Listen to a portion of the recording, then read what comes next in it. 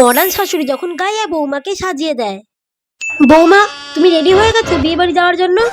হ্যাঁ মা, আমি তো তৈরি হয়ে গেছি বিয়ে বাড়ি যাওয়ার জন্য। মা, আমায় কেমন লাগছে দেখুন। এ কি বৌমা, এ কি সেজেছো তুমি? তুমি জানো না আজকে আমার ফ্রেন্ডের মেয়ের বিয়ে? সেখানে তো একটু ভালো করে সেজে যেতে হবে না? কেন মা, আমি কি এমন খারাপ সেজেছি? আমাদের গ্রামের ওখানে গ্রামের বউগুলো বিয়ে বাড়িতে গেলে এরকম ভাবেই তো সাজতো। কি এমন খারাপ সেজেছো মানে? পুরো গাইয়াদের মধ্যে তো সেজেছো।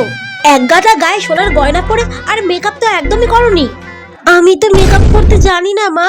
আমি তো আমার ডিজাইনার সাইডে নিয়ে আসলাম তোমায় দেবো বলে, আর এর মধ্যে তুমি গাইয়া সেজে দাঁড়িয়ে আছো। এখন তো হাতে বেশি সময় নেই, পার্লারে গিয়ে তোমায় সাজাবো সে সময়টাও নেই। উফ, আমাদের তো সন্ধ্যা 7টার মধ্যে বেরিয়ে যেতে হবে। মা, আমার তো ঠিকই আছে সাজ, এইভাবে বিয়ে বাড়িতে গেলে কি হবে বলুন তো? আরে তুমি আমার সাথে এইভাবে গাইয়া সাথে যাবে, সবাই কি বলবে বলো তোমার ফ্রেন্ডরা? আর ওখানে সবাই তো বিয়ে বাড়িতে তোমায় দেখে হাসাহাসি করবে। তুমি কি জানো না তোমার শাশুড়ির সোসাইটিতে একটা মান সম্মান আছে? তুমি কি সেটা নষ্ট করবে নাকি? কি আর করব, চলো আমি তোমাকে সুন্দর করে রেডি করিয়ে দিই। তাছাড়া তো কোনো উপায় দেখছি না। চলো। শাশুড়ি মা এখন আমার মেকআপ করবে, কি জানি আমাকে কেমন সাজিয়ে দেবে। আমার তো খুবই ভয় করছে। ঠিক আছে, তাহলে সাজিয়ে দিন। তোমার গ্রামে সবাই এইভাবে বিয়ে বাড়িতে যাবে বলে তুমি ভেবো না যে শহরের মানুষরা এইভাবে বিয়ে বাড়িতে যাবে। আমার একটা প্রেস্টিজ আছে, তোমায় দেখে সবাই হাসাহাসি করবে, ওখানে বলবে শাশুড়ি এত মডার্ন আর বৌমা একদম গাইয়া। দেখবে তোমায় এমন সুন্দর করে সাজিয়ে দেবো না, একদম চোখ ফেরাতেই পারবে না। এই তো শাড়ি পরানো হয়ে গেছে। ইস, কি ভারী শাড়িটা। চলো এবার বসে পড়ো, তাড়াতাড়ি মেকআপটা শুরু করি। ঠিক আছে, এবার সব গোল্ড জুয়েলারি গুলো খুলে ফেলো, আর ওই যে খোপাতে ফুলটা লাগিয়েছো ওটাও খুলে ফেলো। দেখো এবার তোমার মডার্ন শাশুড়ি কেমন তোমায় গাইয়া থেকে মডার্ন বানিয়ে দেয়। চলো চুপ করে বসো।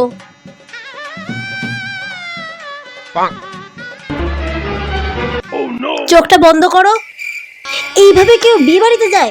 সবাই দেখে পুরো হাসাহাসি করতো, একটু মেকআপ করতেও জানে না। আইব্রোটা করিয়ে দি দেখি। এবার দেখবে তোমার শাশুড়ি তোমায় কেমন সাজিয়ে দেয়।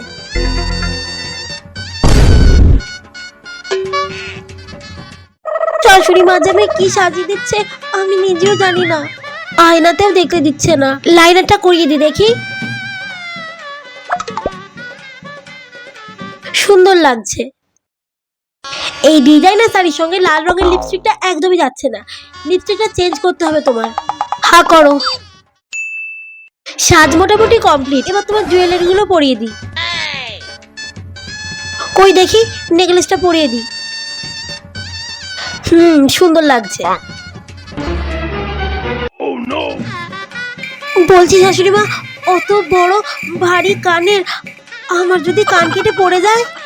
কোথায় বড়, এই তো একটা সামান্য ছোট কানের, এটুকু পড়তে পারবে না?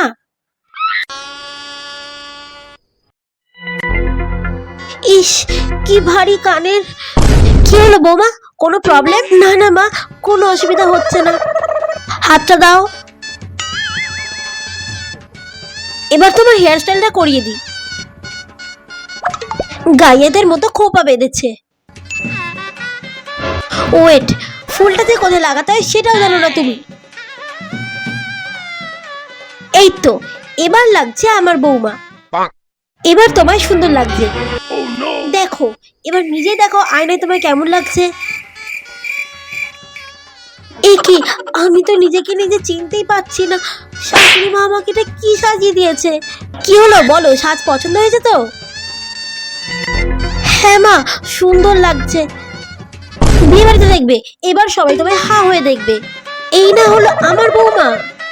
মা, এত ভারী শাড়ি এইসব পরে আমি বিয়ে বাড়িতে সামলাতে পারবো তো?